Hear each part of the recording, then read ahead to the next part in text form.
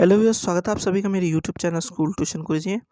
आज हम बात करें कार्यपत्रक 67 की, जो कि 14 दिसंबर के लिए जारी किया गया है। ये कक्षा 10 का विज्ञान विषय कार्यपत्रक है। यहाँ बच्चे अपना नाम लिखेंगे और यहाँ अपने कक्षा अध्यापक का नाम लिखेंगे। बच्चों, हमारा पाठ चल रहा है जीव जनन कैसे करते हैं, और अब तक जीव जनन कैसे करते हैं पाठ में हम दो तरह की जनन विधियों के बारे में पढ़ चुके हैं, यानी लैंगिक जनन और अलैंगिक जनन की विधियों के बारे में।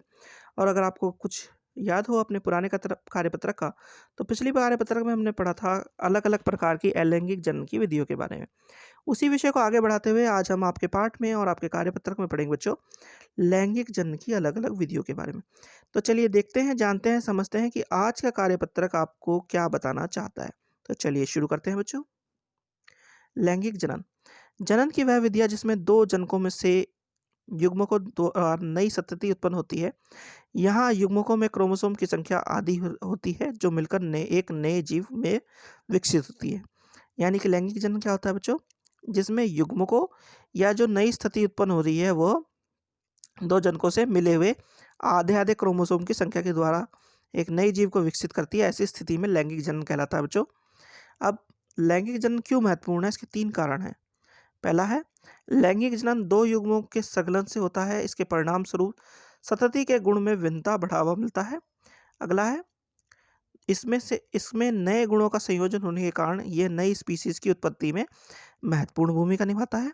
और आखिरी है बच्चों, इससे विभिन्नता आती है जो विकास के लिए आवश्यक है। यानी कि इन तीन मुख्य कारणों की वजह से लैंगिक जनन को हम महत्वपूर्ण मानते हैं बच्चों। चलिए आगे बढ़ते हैं। पुष्प पौधे के लैंगिक जनन। तो पुष्पीय पौधे में लैंगिक जनन कैसे होता है बच्चों। पहला है, जब पुष्प में पुकेसर या स्त्री केसर में से कोई एक जननांग उपस्थित होता है तो पुष्प एकलिंगी कहलाता है, जैसे कि पपीता और तरबूज। जब पुष्प में पुकेसर एवं स्त्री केसर दोनों उपस्थित होते हैं तो उन्हें उभयलिंगी या पुष्प कहते हैं, जैसे गुड़हल, सरसों। यानी कि कोई एक लिंग होगा तो स्त्री हो या पुरुष हो, यानी पुकेसर या स्त्री केसर हो तो एकलिंगी, और जब दोनों उपस्थित हो तो उभयलिंगी। फिर है, आवर्त बीजी के जननांग पुष्प में स्थित होते हैं। पुष्पकेसर पर नर जननांग है जो परागण बनाता है।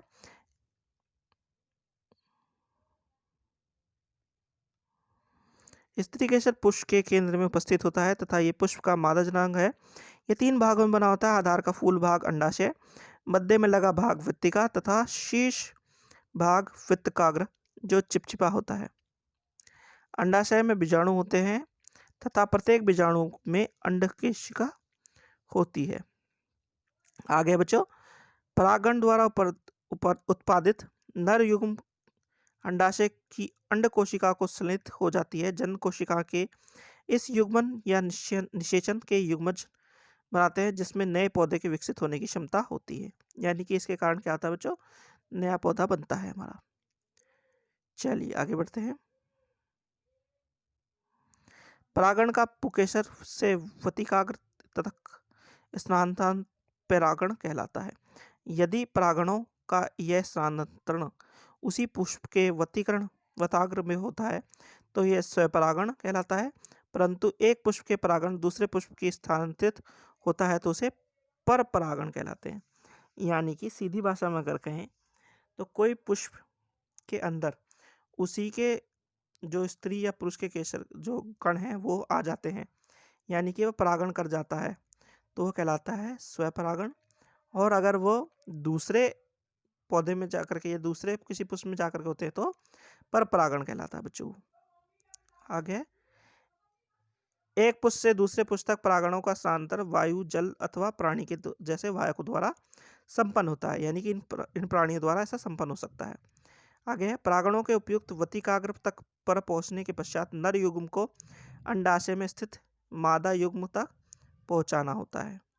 आगे है, इसके लिए परागण के लिए नलिका विकसित होती है तथा वतिका से होती हुई बीजाणु तक पहुंचती है जहां भ्रूण विकसित होता है।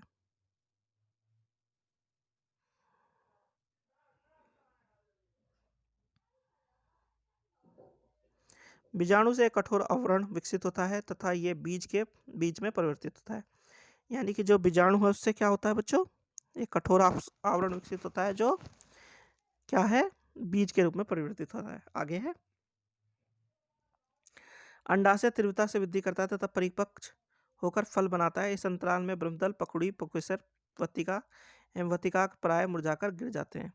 और आखिरी है, बीज में भावी पौधे तथा भ्रूण होते हैं जो उपयुक्त परिस्थिति में नवोदित में विकसित हो जाते हैं। इस पराक्रम को अंकुरण कहते हैं। यानी कि जब बीज से भावी पौधा बनता है, इस चीज को यानी बनने की स्थिति जब शुरू होती है, इसे कहलाते हैं अंकुरण कहलाते हैं बच्चों।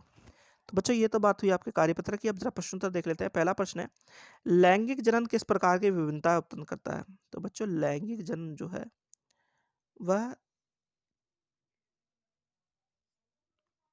कुछ इस तरह प्रकार की विभिन्नता उत्पन्न करता है।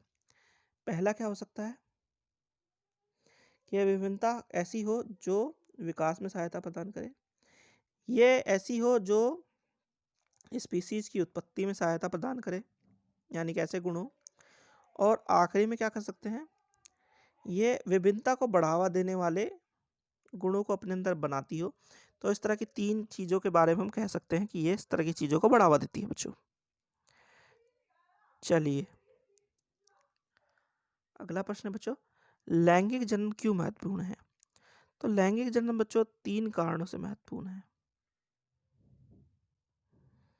3 कारण है। 2 युग्मों के संलयन के परिणामस्वरूप जो विभिन्नता बढ़ करके मिलता है हमें एक नया जीव, उसके कारण। दूसरा क्या हो सकता है बच्चों, जो गुणों का संयोजन होता है उसके कारण। और तीसरा होता है विभिन्नता जो आती है विकास के दौर में, वो आवश्यक है, इस वजह से ये महत्वपूर्ण है बच्चों। प्रश्न नंबर 3 देखते हैं बच्चों, एकलिंगी एवं उभयलिंगी पुष्पों के उदाहरण लिखिए। तो एकलिंगी कौन से होते हैं बच्चों? जब पुष्प में पुकेसर या स्त्रीकेसर की कोई एक जनांग हो तो एकलिंगी कहलाता है बच्चों। जब दोनों हो यानी पुकेसर और स्त्रीकेसर दोनों हो तो अभयलिंगी कहलाता है। इनके उदाहरण हैं गुड़हल, सरसों, और यहाँ पपीता और तरबूज बच्चों। चलिए बच्चों अगला प्रश्न देखते हैं। अगला प्रश्न है, स्वपरागण तथा एवं परपरागण में विभेदन कीजिए। तो इसमें मुख्य विभेदन यही है बच्चों कि स्वपरागण में स्थानांतर उसी पुष्प के वतिकाग्र में होगा, और जो दूसरा है परापरागण में क्या होगा, पुष्प के परागण का दूसरे पुष्प में स्थानांतरण होगा, तो वो कहलाएगा परपरागण बच्चों। ठीक है बच्चों।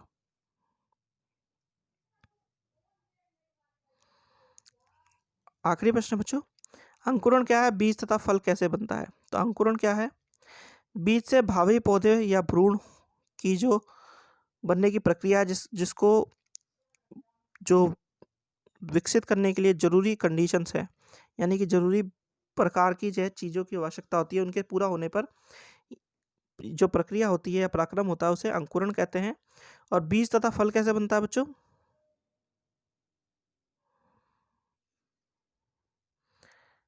जब अंडाशय तीव्रता से वृद्धि करता है तो परिपक्व होकर फल बनाता है, तो इससे क्या बोलता है, फल बनता है बच्चों। इस अंतराल में ब्रह्मदल, पंखुड़ी, पुकेसर, पत्तिका एवं वृत्ताक प्राय मुरझाकर गिर जाते हैं। और इससे आगे क्या होगा क्या कि जो इससे क्या बनेगा, फल बन जाएगा। और जब इससे आगे हम चलेंगे, फल के अंदर से हमें बीजाणु के कठोर आवरण पर बीज विकसित होता हुआ मिलेगा बच्चों। तो ये इसकी विकसित होने की प्रक्रिया है बच्चों। तो बच्चों ये हो गया आपका कार्यपत्र कंप्लीट और वीडियो भी। आशा करता हूँ आपको वीडियो अच्छी लगी होगी। अगर वीडियो अच्छी लगी हो तो चैनल को सब्सक्राइब करें, वीडियो को लाइक करें, शेयर करें। Thank you.